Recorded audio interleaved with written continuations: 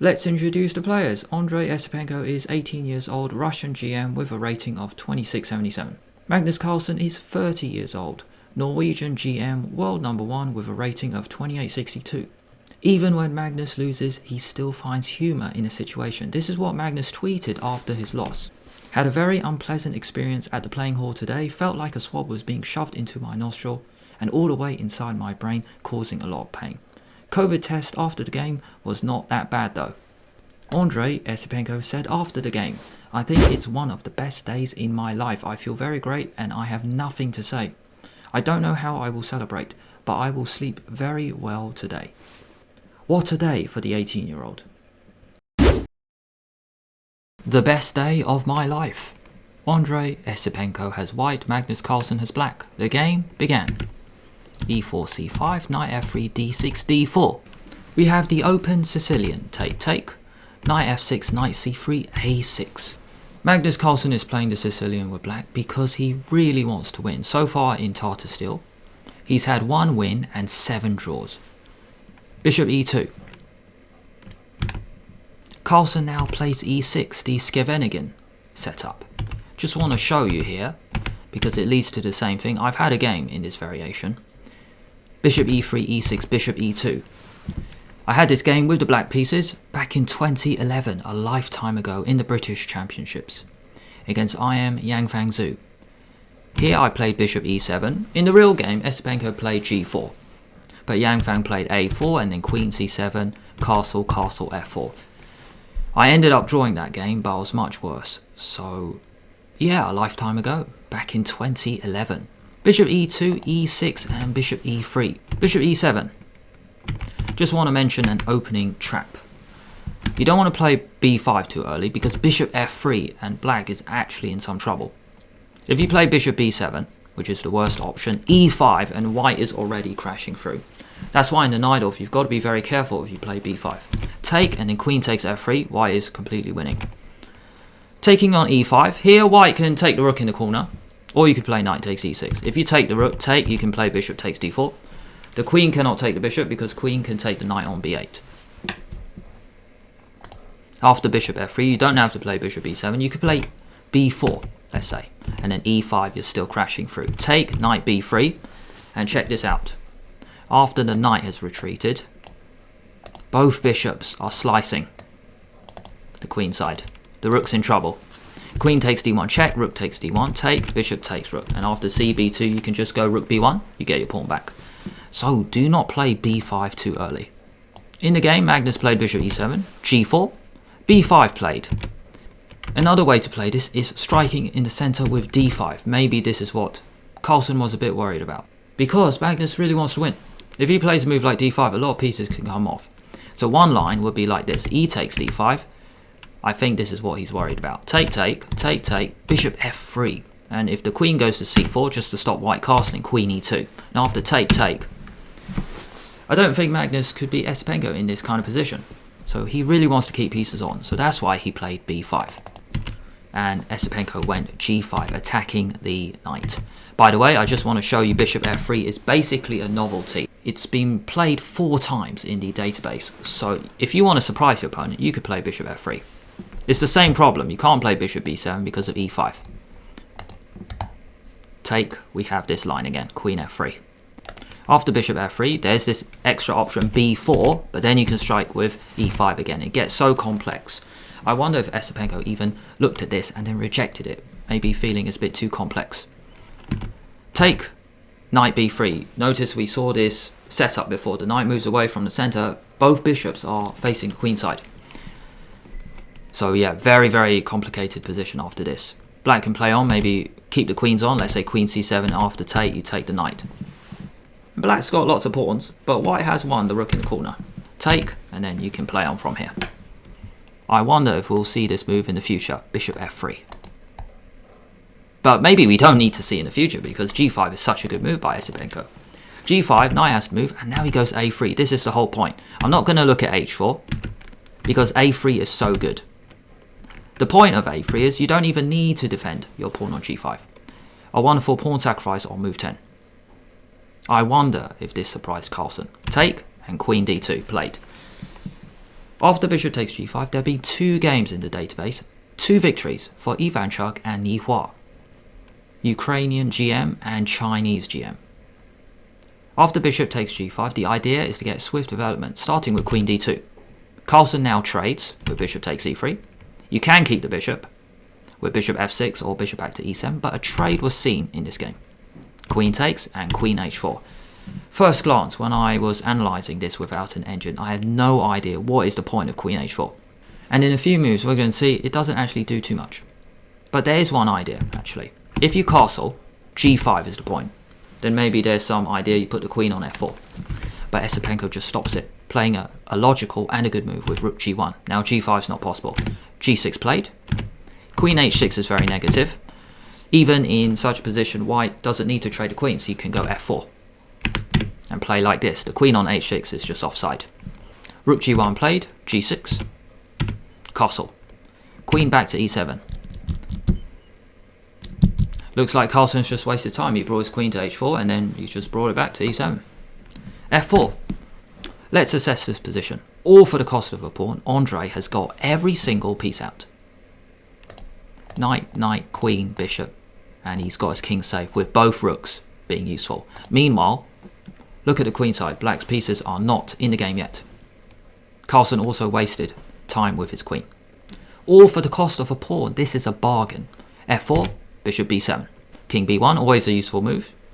Knight c6. Other moves include knight b6. That doesn't work because the queen is very well placed on e3. You can just crash through with knight takes e6. Take, queen takes b6. Queen is so well placed here. This pawn is going to drop. This pawn is also weak. You can put the bishop to g4, attacking. If you play knight c5, you can actually just kick the knight away with b4. Then knight b3, then the knight can come to a5. If you go knight c6, stopping it, rook d2, then we can put some pressure on the d file. Knight c6 played. Now's your chance to pause the video or let the timer run. Can you find a brilliant move for white? And the clue is you want to create a double attack opportunity. And it's based on the fact that this rook will be under attack in this variation. Can you see the wonderful sequence for white? The amazing move is knight takes b5. If you take the knight, it is not about grabbing this pawn with either knight or bishop. It is playing knight takes c6.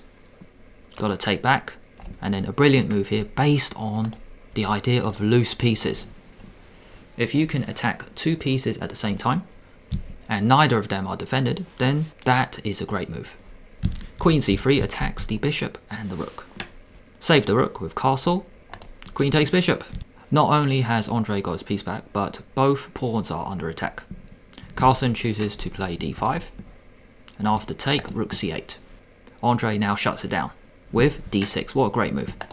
Queen d8, queen takes b5. 4 passed pawns, what a dream position for Andrei. I bet he is feeling very, very nervous in this position. It's not every day you get such a good position against the world champion. Queen takes b5, rook c8. Queen d3 is possible, but queen c4 is a cool move because Andrei's got a good idea coming up. He spent 15 minutes on this move. Notice both rooks are facing the king, so these pawns are not really moving anytime soon. Andrei gives the pawn back with rook takes a3. Queen c7 is his idea. Queen e8 played. If queen f6, good attacking shot. Rook, queen, attack, pawn, so it's going to be mate. It's just a really cool way for white to get a winning position. You just get rid of the rook. 2 rooks for the queen. Take with check, take, take. And white is completely winning here. You got your pass pawn. Get the other rook in the game, it's over. Knight d7, you just play bishop b5. Get rid of that knight. Queen d8, take, take. Rook g3, rook to c3, rook to c7, game over. Queen c7, queen e8. Andrei now plays a really, really cool move. In this position, white's winning. A good strategy when you're winning is to trade pieces. So he finds a really creative way to trade rooks. One of these rooks is going to come off soon. So Andrei gets his rook in the game with rook g5. What a cool looking move to swing that rook over to the queen side. Rook a4, rook a5. So check it out. Rook h1 to g1 to g5 to a5. he's found a way for this rook to get in the game. Rook b4, Carlsen says no way, can't have a trade. So rook a b4 played. If rook takes f4, then bishop b5. Blocking the b file, but also the bishop gets in the game, pinning the knight to the queen. Rook b4, Carlsen sets up a threat. Andrei just plays b3. Rook b7, queen c3. Full control. 3 passed pawns for white, with a very active rook on a5. Queen d8. Bishop f3, attack the rook. Rook b4 played. If rook c8, there's a really nice move here, and it's just to deflect the rook. Notice white is attacking this rook, but black is attacking the queen, so there's just this really cool move. It's not necessary, but it just gets the rooks off with rook a8. Can't take this queen because you take that queen. Check, king moves, and then the bishop can take the rook. So after take, bishop takes is a nice way to get a pair of rooks off. Bishop f3, rook b4, queen in again, queen f6, rook a8. Just like before, really, really cool way to trade rooks. By the way, after queen f6, Magnus has a threat with rook takes b3 check, crashing through, all of a sudden. After rook a8, rooks come off, take. Queen f5. So Magnus is still being a bit tricky, setting up a threat here with rook takes b3 check, but Andrei just has none of it. He just plays king b2. No nonsense. By the way, just want to show you, it is actually mate for black. If queen takes knight, this is actually checkmate. All of a sudden, it just goes to show in chess, you've got to pay attention all the time. If you go to the side, then queen takes c2 check, game over. Mate on b2. If you go here, then you find another way to check. Queen a5, that's mate. Queen, rook, cut off the king. And one more option, if you go to the side, king to c1, queen f4 check. And after rook d2, rook a3, so cruel. This is mate, and the bishop is hanging. So you can't save both. And black is completely winning. But Andrei is just having none of it. Just play a sensible move. Get the king out of the way. King b2. Rook b5 played. Knight is hanging here. If Magnus moved a knight, you can push. Just push. In this position, Magnus can resign, but he just plays on a few more moves. Rook b5 played. Drops the knight. Rook c5. And rook c1. Queen takes f4, queen e8 check, king g7, d7, and in this position, Magnus resigned.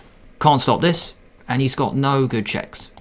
If he played a check with queen f6, you just go c3. Another spite check, that is a check that does nothing. Queen f2 check, you just play rook c2, and you've just boxed yourself in with a rook and 2 pawns for shelter, and you can promote the next move. Time for a quiz. In this position, after bishop e3, bishop e7 was played. By the way, queen c7 is another way to play.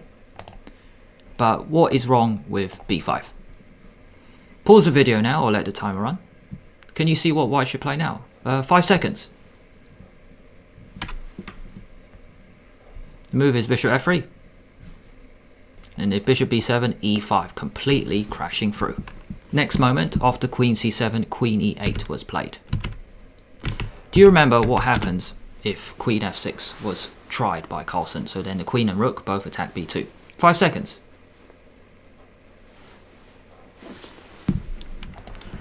Two rooks for the queen. Take. And then this pawn is too powerful, as we showed in the game. Bishop b5, and then the rook can come in, forcing the promotion. Queen e8 was played in the game. Do you remember a really, really cool move by Esipenko?